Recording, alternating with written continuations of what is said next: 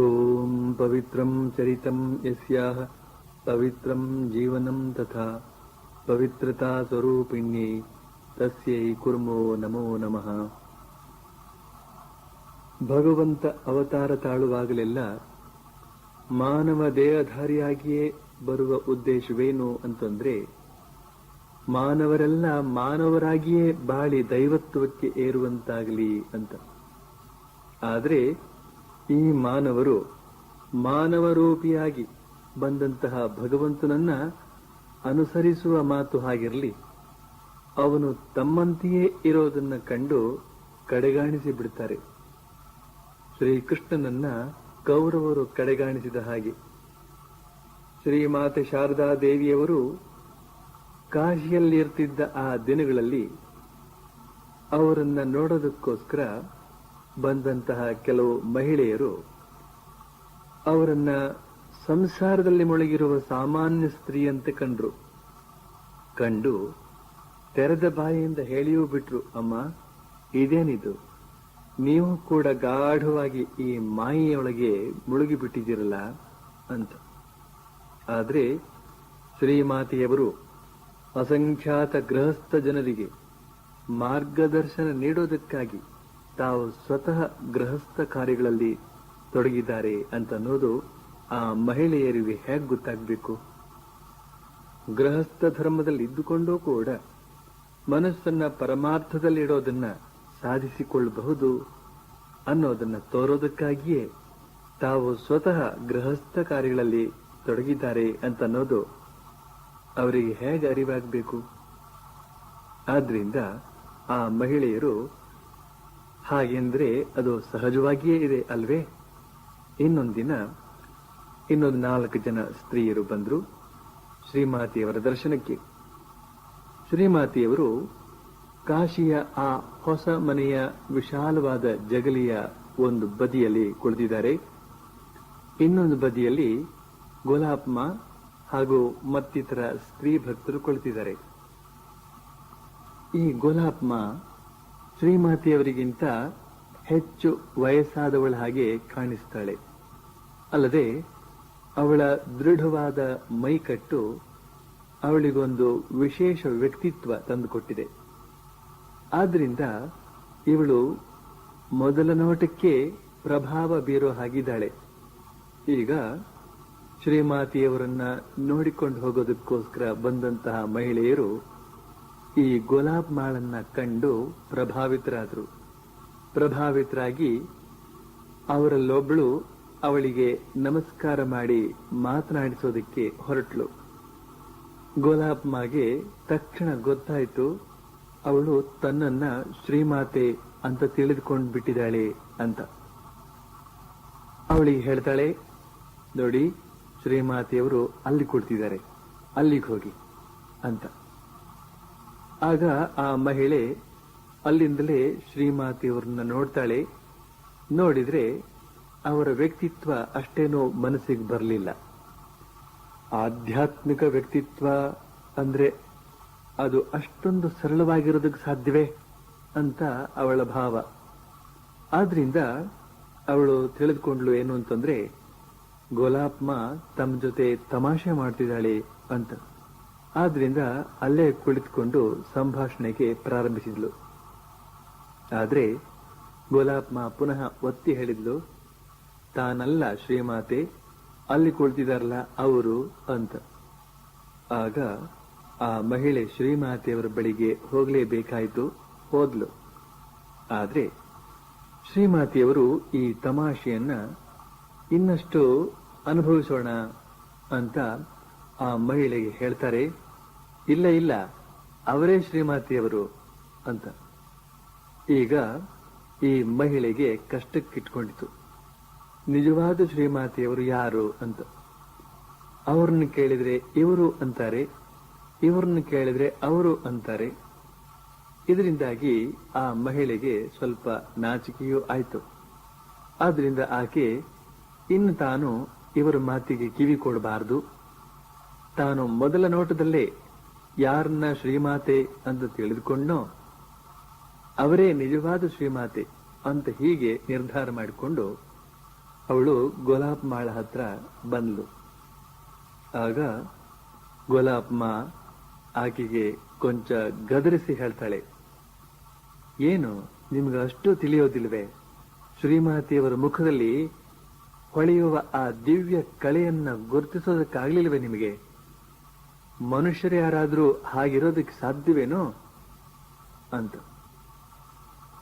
ನಿಜಕ್ಕೂ ಶ್ರೀಮಾತೆಯವರ ಕಣ್ಣುಗಳು ತುಂಬಾ ಅಪೂರ್ವ, ಅಸದೃಶ, ಪರಮಶಾಂತ, ವಿವೇಕಪೂರ್ಣವಾದ ಶುದ್ಧ ಮನಸ್ಸಿನ ಅವರಿಗೆ ಶ್ರೀಮಾತೆಯವರ ಕಣ್ಣುಗಳಲ್ಲಿ ಆ ದೈವಿಕತೆ ಹೊರಸೂಸ್ತಿರೋದು ಕಾಣದಿರ್ಲಿಕ್ಕಿಲ್ಲ.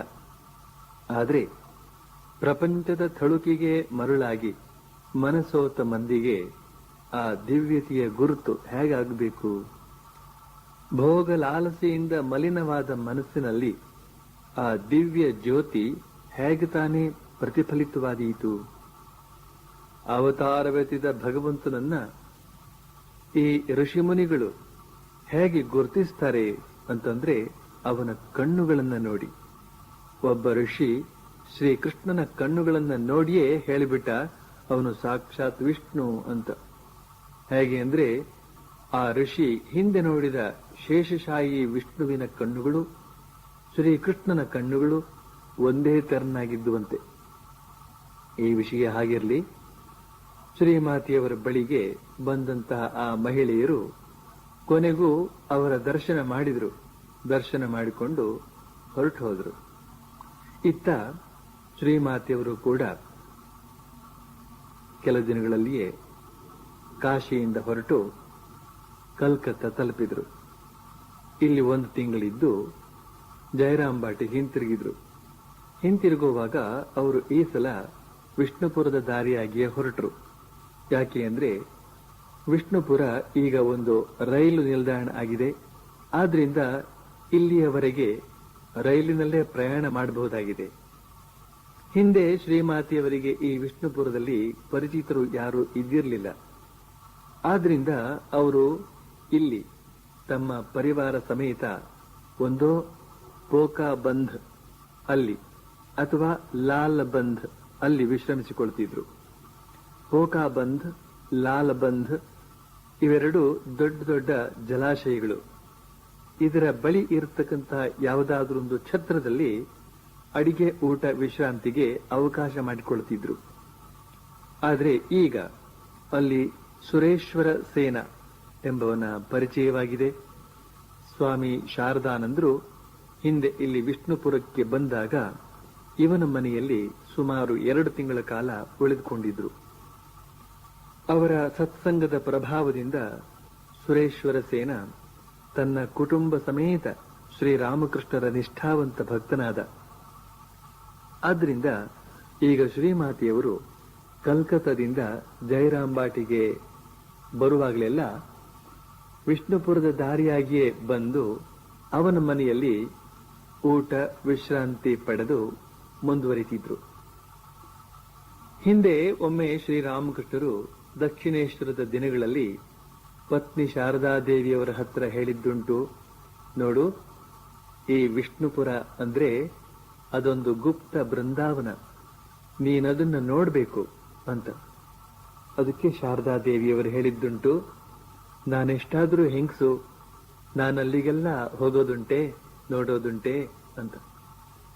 ತಾವು ಸ್ತ್ರೀಯಾದ್ರಿಂದ ಪರ ಊರ ಪ್ರವಾಸವೆಲ್ಲ ಅಸಂಭವನೀಯ ಅಂತಲೇ ತಿಳಿದಿದ್ರು ಶ್ರೀಮಾತೆಯವರು. ಆಗ ತ್ರಿಕಾಲಜ್ಞರಾದ ರಾಮಕೃಷ್ಣರು ಹೇಳಿದ್ರು, ಇಲ್ಲ ಇಲ್ಲ, ನೀನದನ್ನು ನೋಡ್ಲೇಬೇಕು, ನೋಡ್ಲೇಬೇಕು ಅಂತ. ಇಂದು ಅವರ ಮಾತು ಸತ್ಯವಾಗಿದೆ. ಶ್ರೀಮಾತೆಯವರು ಈ ದಾರಿಯಾಗಿಯೇ ಪ್ರಯಾಣಿಸಿ ಈ ಗುಪ್ತ ಬೃಂದಾವನವೆಂಬ ವಿಷ್ಣುಪುರವನ್ನ ಹಲವಾರು ಸಲ ನೋಡುವಂತಾಯಿತು. ಮೊದಲ ಸಲ ಇಲ್ಲಿಗೆ ಬಂದಾಗ ಇಲ್ಲಿನ ಲಾಲಬಂಧ ಜಲಾಶಯದ ದಡದ ಮೇಲೆ ಇರತಕ್ಕಂತಹ ದೇವಿ ಸರ್ವಮಂಗಳಿಯ ದೇವಸ್ಥಾನವನ್ನು ದರ್ಶಿಸಿ ಶ್ರೀಮಾತೆಯವರು ಹೇಳ್ತಾರೆ, ಆಹಾ, ಅವರು ಅಂದು ಆಡಿದ ಮಾತು ಇಂದು ಹೇಗೆ ಸತ್ಯವಾಗಿ ಬಿಟ್ಟಿದೆ ಅಂತ. ಆದ್ರೆ ಈಗ ಈ ವಿಷ್ಣುಪುರದಲ್ಲಿ ಹಿಂದಿನ ವೈಭವ ಕಣ್ಮರೆಯಾದರೂ ಕೂಡ ಇಲ್ಲಿನ ಅವಶೇಷಗಳೆಲ್ಲ ಗತಕಾಲದ ಸ್ಮರಣೆಯನ್ನ ತಂದುಕೊಡುತ್ತವೆ. ಆ ಎರಡು ವಿಶಾಲವಾದಂತಹ ಜಲಾಶಯಗಳು ನೋಟಕರನ್ನ ಇಂದಿಗೂ ವಿಸ್ಮಯಗೊಳಿಸ್ತಾ ಇದೆ. ವಿಷ್ಣುಪುರದ ದರ್ಶನ ಶ್ರೀಮಾತೆಯವರ ಮನಸ್ಸಿಗೆ ಸಂತಸ ನೀಡಿತ್ತು. ವಿಷ್ಣುಪುರದಿಂದ ಜಯರಾಂಬಾಟಿಗೆ ತಲುಪಬೇಕಾದ್ರೆ ಕೋಯಾಲ್ಪಾರದ ಮೂಲಕವೇ ಬರಬೇಕು. ಶ್ರೀಮಾತೆಯವರು ಕೋಯಾಲ್ಪಾರ ಆಶ್ರಮವಾಸಿಗಳಿಗೆ ಸಂದೇಶ ಕಳುಹಿಸಿದರು. ತಾವು ವಿಷ್ಣುಪುರ ಬಿಟ್ಟಿದ್ದೇವೆ, ಇನ್ನು ಕೆಲವು ಗಂಟೆಗಳಲ್ಲಿ ಕೋಯಾಲ್ಪಾರ ತಲುಪುವವರಿದ್ದೇವೆ ಅಂತ. ಸರಿ, ಶ್ರೀಮಾತೆಯವರು ತಲುಪುವ ಆ ದಿನ ಆಶ್ರಮದ ಬ್ರಹ್ಮಚಾರಿಗಳು ಅವರನ್ನ ಗ್ರಾಮದ ಗಡಿಯ ಹೊರಗಡೆಯಿಂದಲೇ ಸ್ವಾಗತಿಸಿ ಕರೆತರಬೇಕು ಅಂತನ್ನುವ ಉತ್ಸಾಹದಿಂದ ತಯಾರಿ ನಡೆಸಿದ್ದಾರೆ. ಶ್ರೀಮಾತೆಯವರು ಪರಿವಾರ ಸಮೇತ ಕುಳಿತ ಗಾಡಿಗಳು ಬಂದೇ ಬಿಟ್ಟವು. ಅವುಗಳನ್ನ ನೋಡಿದಂತಹ ಒಬ್ಬ ಬ್ರಹ್ಮಚಾರಿಗಳು ಆಶ್ರಮಕ್ಕೆ ಓಡಿ ಬಂದು ಸಂತಸದ ವದಂತಿ ತಲುಪಿಸಿದರು. ಆಶ್ರಮದ ಇನ್ನೊಬ್ಬ ಹುಡುಗ ಶ್ರೀಮಾತೆಯವರ ಗಾಡಿಯ ಜೊತೆಯಲ್ಲಿಯೇ ನಡೆದು ಬಂದ. ಬಳಿಕ ಸ್ವಲ್ಪ ಹೊತ್ತಿನಲ್ಲೇ ಆ ಹುಡುಗ ಚಂಗನೆ ಹಾರಿ ಗಾಡಿಯ ಮೇಲೆ ಗಾಡಿಕಾರ ಕುಳಿತುಕೊಳ್ಳೋ ಜಾಗದಲ್ಲಿ ಕುಳಿತುಕೊಂಡು ಒಳ್ಳೆ ನುರಿತ ಗಾಡಿಕಾರನ ಹಾಗೆ ಗಾಡಿಯನ್ನ ತುಂಬ ವೇಗವಾಗಿ ನಡೆಸಿದ. ಈ ಗಾಡಿಯನ್ನ ಅನುಸರಿಸಿ ಹಿಂದಿನಿಂದ ಬರ್ತಕ್ಕಂಥ ಎಲ್ಲ ಗಾಡಿಗಳು ವೇಗವಾಗಿ ಚಲಿಸಿದವು. ಇದನ್ನು ಕಂಡು ಶ್ರೀಮಾತೆಯವರು ತುಂಬಾ ಸಂತೋಷಪಟ್ಟರು. ಮೂಗಳು ನಗುತ್ತಾ ಹೇಳ್ತಾರೆ, ಪರವಾಗಿಲ್ವೇ, ನಿಜಕ್ಕೂ ನೀನು ತುಂಬಾ ಚೆನ್ನಾಗಿ ಗಾಡಿ ನಡೆಸ್ತೀಯಲ್ಲ, ಒಳ್ಳೇದು. ಎಲ್ಲ ಬಗೆಯ ಕೆಲಸಗಳನ್ನು ಕಲ್ತಿರೋದು ಬಹಳ ಒಳ್ಳೇದು ಅಂತ. ಶ್ರೀಮಾತೆಯವರ ಈ ಹೇಳಿಕೆ ಕೇವಲ ಪ್ರೋತ್ಸಾಹದ ಮಾತಲ್ಲ, ಉಪಯುಕ್ತ ವ್ಯಕ್ತಿಯಾಗಬೇಕಾದಂತಹ ಅವಶ್ಯಕತೆಯನ್ನ ಈ ಮೂಲಕ ಸೂಚಿಸ್ತಾ ಇದ್ದಾರೆ ಶ್ರೀಮಾತೆಯವರು. ಇರ್ಲಿ, ಗಾಡಿ ಆಶ್ರಮ ತಲುಪಿತು. ಶ್ರೀಮಾತೆಯವರು ಮೆಲ್ಲನೆ ಗಾಡಿಯಿಂದ ಇಳಿಯುವಂತೆ ಕೇದಾರನಾಥನ ತಾಯಿ ನೆರವಿಗೆ ಬಂದಳು. ಯಾಕೆ ಅಂದ್ರೆ ಗಾಡಿಯಲ್ಲಿ ಬಹಳ ಹೊತ್ತು ಕುಳಿತು ಶ್ರೀಮಾತೆಯವರ ಕಾಲುಗಳು ಸ್ವಲ್ಪ ತಟೆದುಕೊಂಡಿದ್ದುವು. ಅವರು ಗಾಡಿಯಿಂದ ಇಳಿದು ಒಂದು ಕಡೆ ಕುಳಿತರು. ಆಗ ಭಕ್ತಾದಿಗಳೆಲ್ಲ ಬಂದು ಅವರ ಪಾದಗಳಿಗೆ ನಮನ ಸಲ್ಲಿಸಿದರು. ಬಳಿಕ ಶ್ರೀಮಾತೆಯವರು ಊರ ಕೆರೆಯಲ್ಲಿ ಸ್ನಾನ ಮಾಡಿಕೊಂಡು ಬಂದು ಆ ಗಾಡಿ ನಡೆಸಿದ ಹುಡುಗನೊಡನೆ ಹೇಳ್ತಾರೆ, ನೋಡು, ನೀನು ನಿನ್ನ ಬಟ್ಟೆ ಬದಲಾಯಿಸಿ ಒದ್ದೆ ಸ್ನಾನದ ಪಂಚೆ ಸುತ್ತಕೊಂಡು ಹೂ ಕಿತ್ತು ತಂದು ಪೂಜೆಗಾಣಿ ಮಾಡು ಅಂತ. ಅದಕ್ಕೆ ಆ ಹುಡುಗ ಶ್ರೀಮಾತೆಯವರ ಒದ್ದೆ ಸ್ನಾನದ ಪಂಚೆಯನ್ನೇ ಮೈಗೆ ಸುತ್ತಕೊಂಡು ಹೂ ಕೀಳೋದಕ್ಕೆ ಹೊರಟ. ಅದನ್ನು ಕಂಡ ಕೇದಾರನಾಥನ ತಾಯಿ ಕೂಗ್ಕೊಂಡ್ಲು, ಹೇ ಹುಡುಗ, ಏನ್ ಮಾಡಿಬಿಟ್ಟಿಯೋ ಅದು? ಶ್ರೀಮಾತೆಯವರ ವಸ್ತ್ರ ಅಲ್ವೇನೋ ಅದು? ಬಿಚ್ಚಿಡು ಅಂತ. ಆಗ ಶ್ರೀಮಾತೆಯವರು ಹೇಳ್ತಾರೆ, ಅದಕ್ಕೇನಂತೆ, ನನ್ನ ಟವೆಲ್ ಅನ್ನ ಅವನು ಉಟ್ಟುಕೊಂಡ್ರೆ ತಪ್ಪೇನಿಲ್ಲ ಅದರಲ್ಲಿ. ಹುಡುಗ ಅವನು, ಹುಡುಗರೆಲ್ಲ ನಿಷ್ಕಳಂಕರು ಅಂತ. ಬಳಿಕ ಹುಡುಗನಿಗೆ ಹೇಳ್ತಾರೆ, ಹೋಗು ಹೂ ಕಿತ್ಕೊಂಡು ಬಾ ಅಂತ. ಕೇದಾರನ ತಾಯಿಯ ಭಾವನೆ ಏನು ಅಂತಂದ್ರೆ, ಶ್ರೀಮಾತೆಯವರು ಪರಮ ಪವಿತ್ರರು, ಉನ್ನತ ಸ್ಥಿತಿಗೇರಿದವರು, ಹಲವಾರು ಶಿಷ್ಯರಿಗೆ ಗುರುಗಳು. ಇಂತಹವರ ಬಟ್ಟೆಯನ್ನ ಈ ಹುಡುಗ ಮೈಗೆ ಸುತ್ತಕೊಳ್ಳೋದು ಯೋಗ್ಯವಲ್ಲ ಅಂತ. ಆದರೆ ಶ್ರೀಮಾತೆಯವರು ಈ ಅಂತಸ್ತುಗಳನ್ನೆಲ್ಲ ಲೆಕ್ಕಿಸಿದವರೇ ಅಲ್ಲ. ಅಲ್ಲದೆ ತಾವು ಎಲ್ಲರ ತಾಯಿಯ ವಸ್ತ್ರವನ್ನ ಮಕ್ಕಳು ಸುತ್ತಿಕೊಂಡ್ರೆ ದೋಷವೇನಿದೆ ಅದರಲ್ಲಿ? ಅಲ್ಲದೆ ಹುಡುಗರೆಲ್ಲ ನಿಷ್ಕಳಂಕ ಶುದ್ಧ ಸ್ವರೂಪರು ಅಲ್ವೇ? ಇದು ಶ್ರೀಮಾತೆಯವರ ಭಾವನೆ. ಹುಡುಗ ಹೂ ಕಿತ್ತು ತಂದ. ಕೇದಾರನ ತಾಯಿ ಆ ಹೂಗಳಲ್ಲಿ ಅತ್ಯುತ್ತಮವಾದವುಗಳನ್ನ ಆರಿಸಿಕೊಟ್ಲು. ಹುಡುಗ ಪೂಜೆಗೆ ಗಂಧ ತೆಗೆಯೋದಕ್ಕೆ ಶುರು ಮಾಡಿದ. ಬ್ರಹ್ಮಚಾರಿ ಕಿಶೋರಿ ನೈವೇದ್ಯಕ್ಕಾಗಿ ಅಡಿಗೆ ಪ್ರಾರಂಭಿಸಿದ್ರು. ಕೇದಾರನಾಥ ಇವನೇ ಆ ಮಠದ ಹಿರಿಯ. ಈತ ಶ್ರೀಮಾತೆಯವರೊಡನೆ ಸ್ವಲ್ಪ ಹೊತ್ತು ಮಾತನಾಡ್ತಾ ಕುಳಿತ. ಈ ಸಂದರ್ಭದಲ್ಲಿ ಆತ ಶ್ರೀಮಾತೆಯವರ ಹತ್ರ ಹೇಳ್ತಾನೆ, ಅಮ್ಮ, ನಮ್ಮಂಥ ಕೆಲವರನ್ನ ಬಿಟ್ರೆ ನಿಮ್ಮ ಎಲ್ಲ ಮಕ್ಕಳು ತುಂಬಾ ಓದಿದವರು ಅಂತ. ಇದಕ್ಕೆ ಶ್ರೀಮಾತೆಯವರು ತುಂಬಾ ಮೃದುವಾಗಿ ಅವನನ್ನ ಸಂತೈಸ್ತಾ ಹೇಳ್ತಾರೆ, ಏನಪ್ಪಾ, ಶ್ರೀರಾಮಕೃಷ್ಣರು ಏನೂ ಓದಿದವರೇ ಅಲ್ಲ. ಮುಖ್ಯವಾದ ವಿಷಯ ಏನು ಅಂತಂದ್ರೆ ದೇವರನ್ನ ಪ್ರೀತಿಸಬೇಕು. ನನಗನಿಸ್ತದೆ ಇತ್ತ ಕಡೆ ಇಲ್ಲಿ ನಿಮ್ಮೆಲ್ಲರ ಮೂಲಕ ಬಹಳ ಕಾರ್ಯಗಳು ನಡೆಯುತ್ತವೆ. ನೋಡು, ಈ ಹುಡುಗರೆಲ್ಲ ನನಗೋಸ್ಕರ ಎಷ್ಟೊಂದು ಮಾಡ್ತಿದ್ದಾರೆ. ಯಾಕೆ ಚಿಂತೆ ಪಡ್ತಿ? ಶ್ರೀರಾಮಕೃಷ್ಣರು ಬಂದಿರೋದು ಶ್ರೀಮಂತರನ್ನ, ಬಡವರನ್ನ, ವಿದ್ಯಾವಂತರನ್ನ, ಅವಿದ್ಯಾವಂತರನ್ನ ಎಲ್ಲರನ್ನೂ ಮೇಲೆತ್ತೋದಕ್ಕೋಸ್ಕರ. ನನಗೆ ನಿಮ್ಮೆಲ್ಲರ ಮೇಲೂ ಪ್ರೀತಿ. ನೀವೆಲ್ಲ ನನ್ನ ಸ್ವಂತ ಮಕ್ಕಳು ಅಂತ. ಈ ಮಾತು ನಮ್ಮೆಲ್ಲರಿಗೂ ಒಂದು ಭರವಸೆ. ನಮ್ಮಲ್ಲೂ ಎಷ್ಟೋ ಜನ ಓದು ಬರಹ ಇಲ್ಲದವರು, ನಮ್ಮಲ್ಲೂ ಎಷ್ಟೋ ಜನ ಧರ್ಮ ಕಾರ್ಯ ಮಾಡೋದಕ್ಕೆ ಬೇಕಾದಷ್ಟು ಸಂಪತ್ತು ಇಲ್ಲದವರು.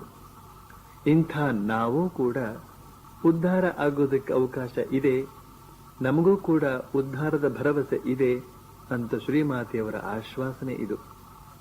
ಅಲ್ಲದೆ ವಿದ್ಯಾವಂತರ ಉದ್ಧಾರವೂ ಆಗಬೇಕಾಗಿದೆ, ಶ್ರೀಮಂತರ ಉದ್ಧಾರವೂ ಆಗಬೇಕಾಗಿದೆ. ಶ್ರೀರಾಮಕೃಷ್ಣರು ಇವರ ಉದ್ಧಾರಕ್ಕಾಗಿಯೂ ಬಂದಿದ್ದಾರೆ ಅಂತ ಶ್ರೀಮಾತೆಯವರು ಹೇಳ್ತಿದ್ದಾರೆ. ಆದ್ರೆ ವಿದ್ಯಾವಂತರನ್ನ ಯಾರು ಯಾಕೆ ಉದ್ಧಾರ ಮಾಡಬೇಕು? ಅವರು ತಮ್ಮ ವಿದ್ಯಾಬುದ್ಧಿಯ ಬಲದಿಂದ ತಮ್ಮನ್ನು ತಾವೇ ಉದ್ಧಾರ ಮಾಡಿಕೊಳ್ತಾರಲ್ಲ ಅಂತ ಕೇಳಿದ್ರೆ, ಈ ವಿದ್ಯಾವಂತರು ಅನ್ನುವವರನ್ನೇ ಉದ್ಧಾರ ಮಾಡೋ ಅವಶ್ಯಕತೆ ಹೆಚ್ಚಾಗಿದೆ. ಯಾಕೆಂದ್ರೆ ಅವರಲ್ಲಿ ಒಣ ಜಂಬ ತುಂಬಿಕೊಂಡಿರುತ್ತದೆ, ಅಹಂಕಾರ ತುಂಬಿಕೊಂಡಿರುತ್ತದೆ. ಈ ಅಹಂಕಾರ ಒಣಜಂಬವೇ ಅವರನ್ನ ಬಂಧಿಸಿ ಬಿಗಿದಿಟ್ಟು ಬಿಟ್ಟಿರ್ತದೆ. ಆದ್ರಿಂದ ಈ ಬಂಧನದಿಂದ ಅವರನ್ನ ಭಗವಂತನೇ ಬಿಡಿಸಬೇಕಾಗಿದೆ. ಇನ್ನು ಶ್ರೀಮಂತರು ತಮ್ಮನ್ನು ತಾವೇ ಉದ್ಧಾರ ಮಾಡಿಕೊಳ್ಳಾರ್ರೆ, ಸಾಕಷ್ಟು ದಾನ ಧರ್ಮ ಮಾಡ್ತಾರೆ, ಉದ್ಧಾರ ಆಗ್ತಾರೆ. ಆದ್ರಿಂದ ಈ ಶ್ರೀಮಂತರನ್ನ ಉದ್ಧಾರ ಮಾಡೋದು ಯಾತಕ್ಕೆ? ಅಥವಾ ಈ ಶ್ರೀಮಂತನ ಉದ್ಧಾರ ಮಾಡೋದಕ್ಕೆ ಭಗವಂತ ಯಾಕೆ ಬೇಕು ಅಂತ ಕೇಳಿದ್ರೆ, ಶ್ರೀಮಂತರಲ್ಲಿ ಲೋಭ ತುಂಬಿಕೊಂಡಿರುತ್ತದೆ, ಮದ ತುಂಬಿಕೊಂಡಿರುತ್ತದೆ. ಅವರು ದಾನ ಧರ್ಮ ಮಾಡಿದರೂ ಕೂಡ ಇದರ ಪುಣ್ಯದಿಂದಾಗಿ ಇನ್ನಷ್ಟು ಹಣ ಬಂದು ಸೇರ್ಲಿ, 100ಕ್ಕೆ 100ರಷ್ಟು ಬಂದು ಸೇರ್ಲಿ ಅನ್ನೋ ಲೋಭ ಆ ದಾನ ಕಾರ್ಯದ ಹಿನ್ನೆಲೆಯಲ್ಲಿ ಇದ್ದೇ ಇರುತ್ತದೆ. ಮತ್ತು ಅವರು ದೇವರ ಸೇವೆಗಾಗಿಯೇ ಹಣ ಖರ್ಚು ಮಾಡಿದರೂ ಕೂಡ ಅಲ್ಲಿ ತಮ್ಮ ಮದವನ್ನ ವ್ಯಕ್ತಪಡಿಸುತ್ತಾರೆ.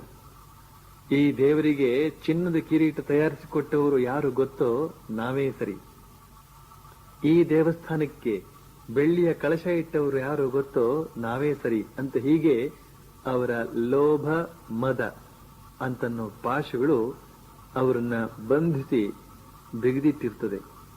ಆದ್ರಿಂದ ಅವರನ್ನ ಈ ಬಂಧನದಿಂದ ಬಿಡಿಸಬೇಕಾಗಿದೆ. ಇದಕ್ಕೆ ಸ್ವಯಂ ಭಗವಂತನೇ ಆಗಬೇಕು. ಆದ್ರಿಂದಲೇ ಶ್ರೀಮಾತೆಯವರು ಕೇದಾರನಾಥನಿಗೆ ಹೇಳ್ತಾರೆ, ಯಾಕೆ ಚಿಂತೆ ಪಡ್ತಿ? ಶ್ರೀರಾಮಕೃಷ್ಣರು ಬಂದಿರೋದು ಶ್ರೀಮಂತರನ್ನ, ಬಡವರನ್ನ, ವಿದ್ಯಾವಂತರನ್ನ, ಅವಿದ್ಯಾವಂತರನ್ನ ಎಲ್ಲರನ್ನೂ ಮೇಲೆತ್ತೋದಕ್ಕೋಸ್ಕರ ಅಂತ. ಶ್ರೀಮಾತೆಯವರು ಅಂದು ಕೋಯಲ್ಪಾರಾದಲ್ಲಿ ಪೂಜೆ ಮುಗಿಸಿ ಪ್ರಸಾದ ಸ್ವೀಕರಿಸಿ ಮಧ್ಯಾಹ್ನದ ವಿಶ್ರಾಂತಿಯ ಬಳಿಕ ಜಯರಾಮ್ ಬಾಟಿಯ ಕಡೆ ಹೊರಟರು. ಅದು ಮಳೆಗಾಲದ ದಿನಗಳು. ಮಳೆಗಾಲ ಬಂತು ಅಂದ್ರೆ ಮಲೇರಿಯಾ, ಆಮಶಂಕೆ ಹರಡಿಕೊಂಡು ಬಿಟ್ಟಿರ್ತದೆ ಅಲ್ಲಿ. ಅಲ್ಲದೆ ಆ ದಿನಗಳಲ್ಲಿ ಅಂಚೆ ಕಚೇರಿಗೆ ವಾರಕ್ಕೆ 2 ದಿನ ಕೆಲಸ. ಅಂಚೆ ಕಚೇರಿ ಇರೋದು ಆಮೋದರ ನದಿಯ ಆ ಪಕ್ಕ. ಒಂದು ಸಲವಂತೂ ಜಡಿಮಳೆ ಹಿಡಿದು ದೊಡ್ಡ ಪ್ರವಾಹ ಹರಡಿಕೊಂಡು ಬಿಟ್ಟಿದೆ. ವಾರಕ್ಕೆ 2 ದಿನ ಬರುತ್ತಿದ್ದ ಅಂಚೆಯೂ ಕೂಡ ನಿಂತು ಹೋಗಿಬಿಟ್ಟಿದೆ. ಆದ್ರಿಂದ ಜಯರಾಂಬಾಟಿಯ ಸಮಾಚಾರ ಸ್ವಾಮಿ ಶಾರದಾನಂದರಿಗೆ ತಿಳಿಯೋದು ನಿಂತು ಹೋಯಿತು. ಸ್ವಾಮಿ ಶಾರದಾನಂದರಿಗೆ ಪತ್ರ ಬರೋದು ಕೂಡ ಒಂದು ಸ್ವಲ್ಪ ತಡವಾದ್ರೂ ಅವರು ಆತಂಕ ಪಟ್ಕೊಳ್ತಿದ್ರು. ಶ್ರೀಮಾತೆಯವರಿಗೆ ಏನಾಗಿರಬಹುದು ಅಂತ.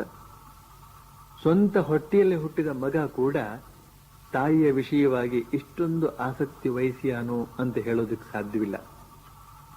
ಸ್ವಾಮಿ ಶಾರದಾನಂದರು ಶ್ರೀಮಾತೆಯವರ ಕಡೆಯಿಂದ ವರ್ತಮಾನ ಬರೋದು ನಿಂತು ಹೋದ್ದನ್ನು ಕಂಡು ತಕ್ಷಣ ಒಬ್ಬ ಮನುಷ್ಯನನ್ನ ಕಳುಹಿಸಿಕೊಡ್ತಾರೆ. ಆ ಮನುಷ್ಯ ಬಂದು ನೋಡ್ತಾನೆ, ಶ್ರೀಮಾತೆಯವರು ಆಮಶಂಕೆಗೆ ಗುರಿಯಾಗಿದ್ದಾರೆ. ತಕ್ಷಣ ಆ ಮನುಷ್ಯ ಸ್ವಾಮಿ ಶಾರದಾನಂದರಿಗೆ ತಂತಿ ಕಳುಹಿಸ್ತಾನೆ. ಈ ತಂತಿಗೆ ಮರುತ್ತರವಾಗಿ ಡಾಕ್ಟರ್ ಕಂಜಿಲಾಲ ಬಂದಿಳಿದ. ಜೊತೆಗೆ ಸಿಸ್ಟರ್ ನಿವೇದಿತಾ ಶಾಲೆಯ ಸುಧೀರಾ ದೇವಿ ಅವಳು ಕೂಡ ಬಂದ್ಲು. ಡಾಕ್ಟರು ಔಷಧ ಕೊಡೋದಿಕ್ಕೆ, ಸುಧೀರಾ ದೇವಿ ಶುಶ್ರೂಷೆ ಮಾಡೋದಕ್ಕೆ. ಇನ್ನೊಂದೆರಡು ದಿನಗಳ ಬಳಿಕ ಯೋಗಿನ್ಮಾಳ ತಂಗಿ ಕಾಳಿದಾಸಿ ಹಾಗೂ ಮಾಸ್ಟರ್ ಮಹಾಶಯನ ಹೆಂಡತಿ ಇವರು ಕೂಡ ಬಂದಿಳಿದ್ರು. ಇವರೆಲ್ಲರ ನಿಷ್ಠಾವಂತ ಸೇವೆ ಶುಶ್ರೂಷೆಯ ಫಲವಾಗಿ ಶ್ರೀಮಾತೆಯವರು ಕೆಲವೇ ದಿನಗಳಲ್ಲಿ ಆರೋಗ್ಯವಂತರಾದರು. ಆದರೆ ಈಗ ಇನ್ನೊಂದು ಸಮಸ್ಯೆ ಹುಟ್ಟುಕೊಂಡಿತು. ಏನು ಅಂತಂದ್ರೆ, ಅಷ್ಟೊಂದು ಜನ ಅತಿಥಿಗಳು ಏಕಕಾಲದಲ್ಲಿ ಅಲ್ಲಿದಾರಲ್ಲ, ಅವರಿಗೆಲ್ಲ ಅಡಿಗೆ ಮಾಡಿ ಹಾಕೋದು ಹೇಗೆ? ಆ ಮಳೆಗಾಲದ ದಿನಗಳಲ್ಲಿ ಅಷ್ಟೊಂದು ತರಕಾರಿ ಎಲ್ಲಿಂದ ತರಲಿ? ಹೋಗ್ಲಿ, ಸ್ವಲ್ಪ ದೂರ ಹೋಗಿ ಕೊಂಡು ತರೋಣ ಅಂತಂದ್ರೆ ರಸ್ತೆಯೆಲ್ಲ ಕೆಸರು ರಾಡಿ. ಆದ್ರಿಂದ ಶ್ರೀಮಾತೆಯವರು ಈ ಸಂದರ್ಭದಲ್ಲಿ ಸಂಕೋಚವನ್ನೆಲ್ಲ ಬದಿಗಿಟ್ಟು ಕೋಯಾಲ್ಪಾರಾದ ಆಶ್ರಮವಾಸಿಗಳಿಗೆ ನೇರವಾಗಿ ಹೇಳಿದ್ರು, ನೋಡಿ, ಈ ಕಷ್ಟದ ಪರಿಸ್ಥಿತಿಯಲ್ಲಿ ಏನಾದರೂ ಸಹಾಯ ಆಗೋದಾದ್ರೆ ಅದು ನಿಮ್ಮಿಂದಲೇ ಅಂತ. ಶ್ರೀಮಾತೆಯವರು ಹೀಗೆ ತುಟಿ ಬಿಚ್ಚೋದಕ್ಕೆ ಇಲ್ಲ. ಆಗಲೇ ಆ ಆಶ್ರಮವಾಸಿಗಳು ಬಹಳ ಆನಂದದಿಂದ ಅವರಿಗೆ ನೆರವಾಗೋದಕ್ಕೆ ಮುಂದಾದ್ರು. ಎಷ್ಟು ಉತ್ಸಾಹದಿಂದ ನೆರವಾದ್ರು ಅಂತಂದ್ರೆ, ಬೇಕಾದ ತರಕಾರಿ ಮತ್ತಿತರ ವಸ್ತುಗಳನ್ನೆಲ್ಲ ತಂದುಕೊಟ್ಟದ್ದಲ್ಲದೆ ಶ್ರೀಮಾತೆಯವರ ಮನೆ ಕೆಲಸದಲ್ಲೂ ಕೂಡ ನೆರವಾದ್ರು. ಡಾಕ್ಟರ್ ಕಂಜಿಲಾಲ ಶ್ರೀಮಾತೆಯವರು ಚೆನ್ನಾಗಿ ಆರೋಗ್ಯವಂತರಾದ್ದನ್ನ ನೋಡಿಕೊಂಡು ಕಲ್ಕತ್ತಕ್ಕೆ ಹಿಂತಿರುಗಿದ. ಹಾಗೆಯೇ ಕಾಳಿದಾಸಿಯು ಕೂಡ ಹಿಂತಿರುಗಿದ್ಲು. ಬಂಗಾಳದಲ್ಲಿ ಮಳೆ ಹೊಯ್ಯುವಾಗ ಮಳೆಯದ್ದೇ ಜೋರು, ಮಳೆ ನಿಂತ ಕೂಡಲೇ ಬಿಸಿಲಿದ್ದೇ ಜೋರು. ಈ ಮಳೆ ಬಿಸಿಲಲ್ಲಿ ಒಂದೇ ಸವನೆ ದುಡಿದಂತಹ ಕೋಯಾಲ್ಪಾರ ಆಶ್ರಮವಾಸಿಗಳು ಆಯಾಸಗೊಂಡ್ರು. ಅತಿ ಆಯಾಸದಿಂದ ಸ್ವಲ್ಪ ದುರ್ಬಲರೂ ಆದ್ರು. ಈಗ ಒಳ್ಳೆ ಬಲಶಾಲಿಗಳನ್ನ ಈ ಮಲೇರಿಯಾ ಸೊಳ್ಳೆ ಚುಚ್ಚಿದ್ರೆ ಸಾಕು, ಅವರೆಲ್ಲ ಮಲಗಿ ಬಿಡ್ತಾರೆ. ಇನ್ನು ಈಗ ಈ ದುರ್ಬಲರಾದ ಆಶ್ರಮವಾಸಿಗಳನ್ನು ಕಚ್ಚಿದಾಗ ಏನಾಗಬೇಡ, ಅವರೆಲ್ಲ ಜ್ವರ ಬಂದು ಹಾಸಿಗೆ ಹಿಡಿದ್ರು. ಆದ್ರಿಂದ ಸುಮಾರು 10 ದಿನಗಳಿಂದ ಜಯರಾಂಬಾಟಿಯಲ್ಲಿ ಅವರ್ಯಾರ ಸುದ್ದಿಯೇ ಇಲ್ಲ. ಇದನ್ನು ಗಮನಿಸಿದಂತಹ ಶ್ರೀಮಾತೆಯವರಿಗೆ ಅನ್ನಿಸ್ತು ಅವರಿಗೆ ಕಾಯಿಲೆಯಾಗಿರಬೇಕು ಅಂತ. ಅಲ್ಲದೆ ಶ್ರೀಮಾತೆಯವರಿಗೆ ಕೋಯಾಲ್ಪಾರ ಆಶ್ರಮದ ಅಧ್ಯಕ್ಷರಾದಂತಹ ಕೇದಾರ್ ಬಾಬುವಿನ ಜಿಪುಣತನದ ಬಗ್ಗೆ ಕೂಡ ಸಾಕಷ್ಟು ಪರಿಚಯ ಇತ್ತು. ಆದ್ರಿಂದ ಈತ ಆಶ್ರಮವಾಸಿಗಳ ಊಟ ತಿಂಡಿಯ ವಿಷಯದಲ್ಲಿ ಚೌಕಾಶಿ ಮಾಡಿ ಅವರ ಆರೋಗ್ಯ ಕೆಟ್ಟಿರಬಹುದು ಅಂತ ಊಹಿಸೋದಕ್ಕೆ ಸಾಕಷ್ಟು ಆಸ್ಪದ ಇತ್ತು. ಶ್ರೀಮಾತೆಯವರು ತಕ್ಷಣ ಒಬ್ಬ ಹೆಂಗಸನ್ನ ಅಲ್ಲಿಗೆ ಕಳುಹಿಸಿಕೊಟ್ಟು ವಿಷಯ ತಿಳಿದುಕೊಂಡು ಬರುವಂತೆ ಹೇಳ್ತಾರೆ. ಹೆಂಗಸು ಹೋಗಿ ತಿಳಿದುಕೊಂಡು ಬಂದ್ಲು. ಶ್ರೀಮಾತೆಯವರು ಊಹಿಸಿದ್ದು ಸರಿಯಾಗೇ ಇತ್ತು. ಎಲ್ಲರೂ ಕಾಯಿಲೆ ಮಲಗಿದ್ರು. ತಕ್ಷಣ ಆಶ್ರಮದ ಮಹಂತರಿಗೆ ಅಂದ್ರೆ ಕೇದಾರನಾಥನಿಗೆ ಒಂದು ಪತ್ರ ಬರೆದು ಕಳುಹಿಸ್ತಾರೆ. ಪ್ರೀತಿಯ ಕೇದಾರ್, ನೋಡು, ಆ ಆಶ್ರಮದಲ್ಲಿ ನಾನೇ ಶ್ರೀರಾಮಕೃಷ್ಣರನ್ನ ಪ್ರತಿಷ್ಠಾಪಿಸಿದ್ದೇನೆ. ಅವರಿಗೆ ಕುಸುಬಲ ಅಕ್ಕಿಯ ಅನ್ನ ಬಹಳ ಇಷ್ಟ, ಹಾಗೆಯೇ ಪೌಷ್ಟಿಕ ಆಹಾರ ಬಹಳ ಇಷ್ಟ. ಆದ್ರಿಂದ ನಾನು ನಿನಗೆ ಹೇಳ್ತೇನೆ ಕೇಳು, ನೀನು ಕುಸಲಕ್ಕಿಯ ಅನ್ನವನ್ನೇ ನೈವೇದ್ಯ ಮಾಡಬೇಕು ಮತ್ತು ಒಂದು 3 ಬಗೆಯ ಪಲ್ಯಗಳನ್ನಾದರೂ ನೈವೇದ್ಯ ಮಾಡಬೇಕು. ನೀನು ಇದಕ್ಕೆ ಅದು ಇದು ಕಾರಣ ಕೊಡಬಾರದು. ಹೇಗಾದರೂ ಮಾಡಿ ನಿಭಾಯಿಸಲೇಬೇಕು. ಇಲ್ಲದೆ ಹೋದರೆ ನೀನು ಈ ಮಲೇರಿಯಾವನ್ನ ಯಶಸ್ವಿಯಾಗಿ ಹೊಡೆದೋಡಿಸಲಾರೆ ಅಂತ. ಈ ಮಾತುಗಳನ್ನೆಲ್ಲ ಎಷ್ಟೆಷ್ಟು ಮನನ ಮಾಡಿದ್ರೆ ಅಷ್ಟಷ್ಟು ಮಹತ್ವ ಮನವರಿಕೆಯಾಗುತ್ತದೆ. ದೇವರಿಗೆ ಒಳ್ಳೆಯ ಪೌಷ್ಟಿಕ ಆಹಾರವನ್ನ ನೈವೇದ್ಯ ಮಾಡುವುದರಲ್ಲಿ ಭಗವಂತನಲ್ಲಿ ಸರ್ವಸಮರ್ಪಣೆ ಮಾಡಿಕೊಳ್ಳೋದು ಒಂದು ಉದ್ದೇಶ. ಭಗವಂತನ ಪ್ರೀತಿ ಸಂಪಾದಿಸೋದು ಎರಡನೇ ಉದ್ದೇಶ. ಆ ಪುಷ್ಟಿಕರ ಪ್ರಸಾದವನ್ನ ಸ್ವೀಕರಿಸೋದರಿಂದ ಭಕ್ತರ ಶರೀರ ಸೌಷ್ಠವ ಚೆನ್ನಾಗಾಗ್ತದೆ ಅಂತನ್ನೋದು ಮೂರನೇ ಉದ್ದೇಶ. ಶ್ರೀಮಾತೆಯವರು ಕೋಯಲ್ಪಾರಾದ ಮಹಂತರಿಗೆ ನೇರವಾಗಿ ಹೇಳ್ಬೋದಾಗಿತ್ತು ಏನು ಅಂತಂದ್ರೆ, ಆಶ್ರಮವಾಸಿಗಳಿಗೆ ಪುಷ್ಟಿಕರವಾದ ಆಹಾರವನ್ನು ಕೊಡು ಅಂತ.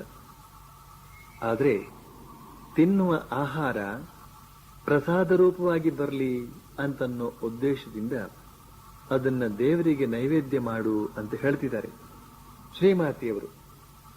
ಆಧ್ಯಾತ್ಮಿಕ ಸಾಧಕರಿಗೆ ಪುಷ್ಟಿಕರ ಆಹಾರ ಬೇಕಾಗುತ್ತದೆ.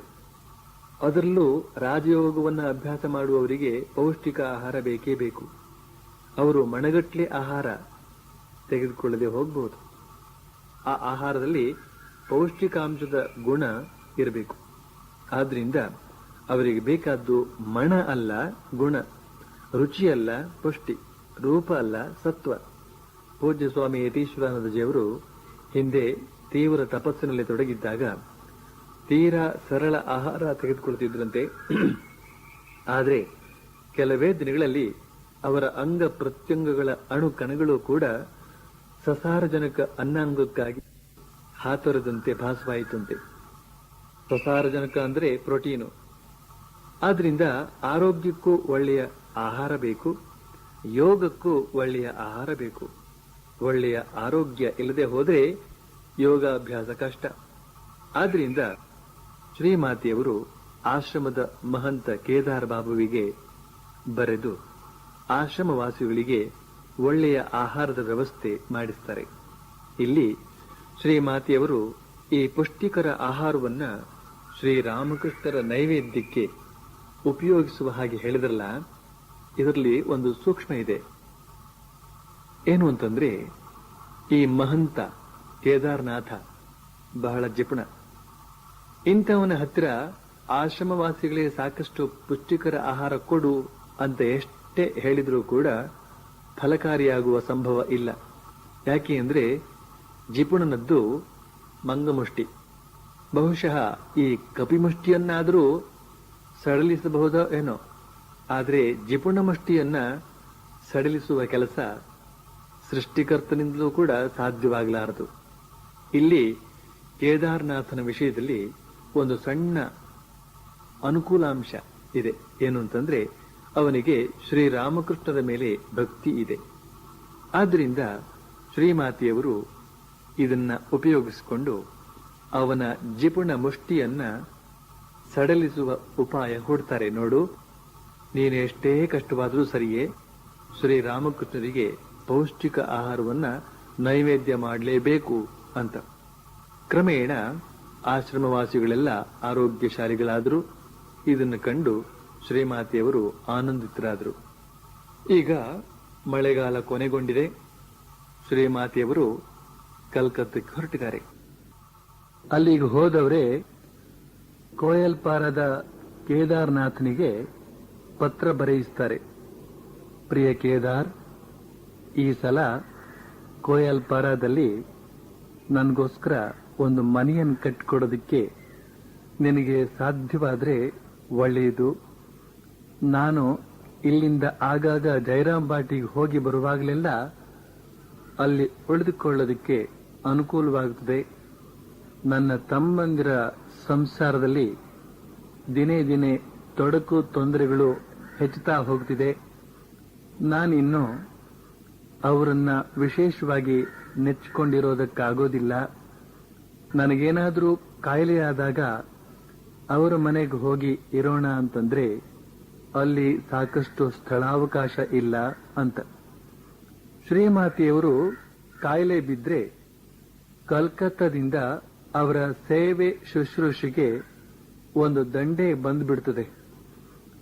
ಅವರನ್ನೆಲ್ಲ ಅವರ ತಮ್ಮನ ಮನೆಯಲ್ಲಿ ಉಳಿಸಿಕೊಳ್ಳೋದಕ್ಕೆ ಸ್ಥಳಾವಕಾಶ ಸಾಕಾಗದೆ ಹೋದದ್ದನ್ನ ಕಳೆದ ಸಲ ಕಾಯಿಲೆ ಬಿದ್ದಾಗ ನೋಡಿದ್ದಾಗಿದೆ. ಆದ್ರಿಂದ ಕೋಯಲ್ಪಾರದಲ್ಲಿ ಒಂದು ವಿಶಾಲವಾದ ಮನೆಯನ್ನ ಕಟ್ಟಿಕೊಡೋ ಹಾಗೆ ಹೇಳ್ತಿದ್ದಾರೆ.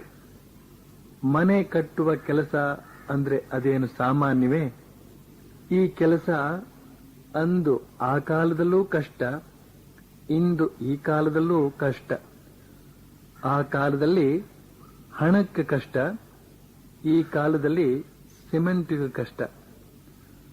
ಕೋಯಲ್ಪಾರದಲ್ಲಿ ಕಟ್ಟಬೇಕಾದ ಮನೆ ಸಿಮೆಂಟಿನ ಮನೆ ಅಲ್ಲದಿರಬಹುದು, ಮಣ್ಣಿನ ಮನೆಯೇ ಇರಬಹುದು. ಆದರೂ ಹಣದ ಪ್ರಶ್ನೆ ಇದ್ದೇ ಇದೆಯಲ್ಲ. ವಿಷಯ ಹೇಗಿದ್ದು ಶ್ರೀಮಾತೆಯವರು ಸೀದಾ ಕೇದಾರ್ನಾಥನಿಗೆ ಮನೆ ಕಟ್ಟಿಕೊಡೋ ಹಾಗೆ ಹೇಳಿದ್ದನ್ನ ಗಮನಿಸಿದ್ರೆ ಶ್ರೀಮಾತೆಯವರು ಅವರಲ್ಲೆಲ್ಲ ಎಂಥ ವಿಶ್ವಾಸ ಇಟ್ಟಿದ್ರು, ಎಂಥ ಭರವಸೆ ಇಟ್ಟಿದ್ರು ಅಂತ ಅನ್ನೋದು ನಮ್ಮ ಗಮನಕ್ಕೆ ಬರ್ತದೆ. ಶ್ರೀಮಾತೆಯವರ ಪತ್ರವನ್ನ ನೋಡಿ ಆಶ್ರಮವಾಸಿಗಳೆಲ್ಲ ಹುರುಪುಗೊಂಡ್ರು, ಉತ್ಸಾಹಗೊಂಡು ತಕ್ಷಣವೇ ಮನೆ ಕಟ್ಟಿಸೋದಕ್ಕೆ ಕೈ ಹಚ್ಚಿದ್ರು. ಕೇದಾರನಾಥನ ಪಿತ್ರಾರ್ಜಿತವಾದಂತಹ ಮನೆಯ ಕಾಂಪೌಂಡಿನಲ್ಲೇ ಒಂದು ಸುಂದರವಾದಂತಹ ಮನೆಯನ್ನ ಕಟ್ಟಿ ಮುಗಿಸಿದ್ರು.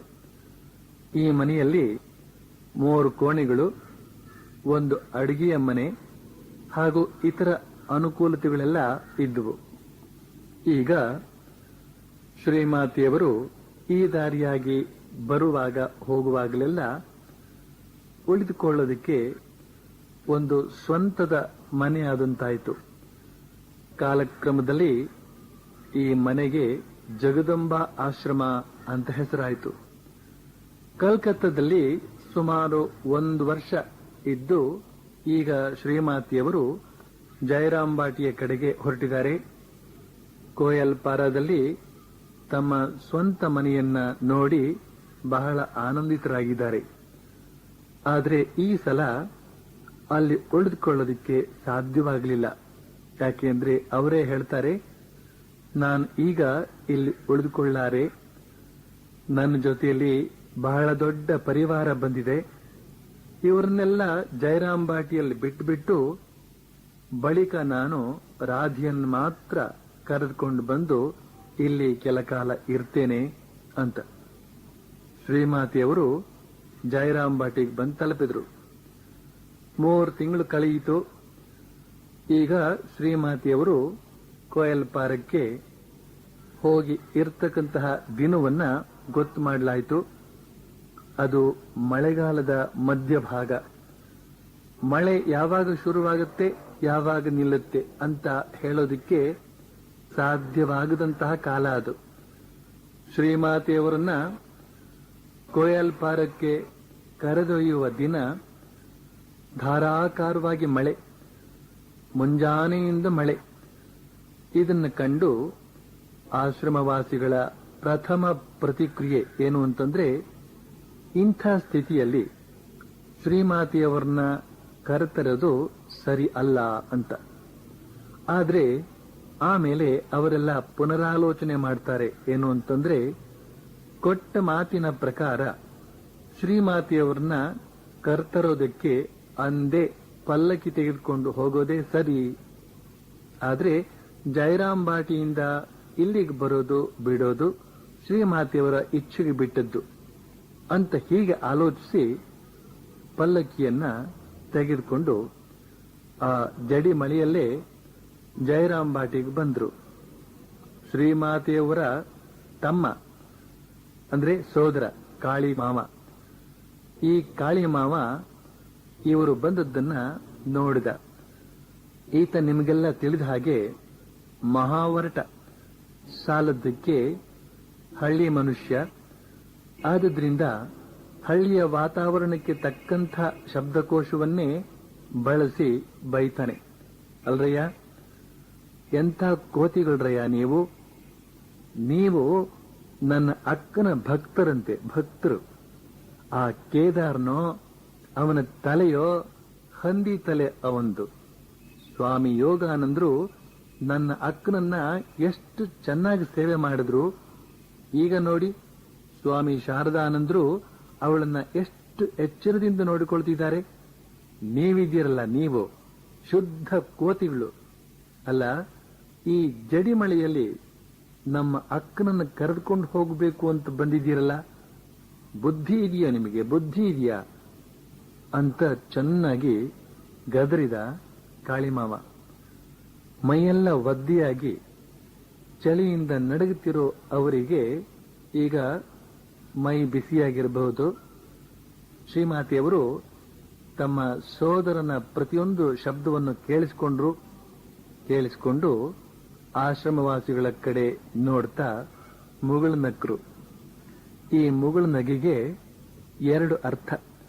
ಒಂದನೇದು, ಕಾಳಿಮಾವನ ಮಾತು ನಿಜವೇ, ಯಾಕೆಂದ್ರೆ ಇಂಥ ಮಳೆಯಲ್ಲಿ ಬಂದುಬಿಟ್ರಲ್ಲ ಅಂತ. ಎರಡನೇದು, ಕಾಳಿಮಾವನ ಮಾತಿನ ಧಾಟಿಯೇ ಹಾಗೆ, ಮನಸ್ಸಿಗೆ ಹಚ್ಕೋಬಾರದು ಅನ್ನೋ ಹಾಗೆ ಆ ಮುಗುಳು ನಗೆ.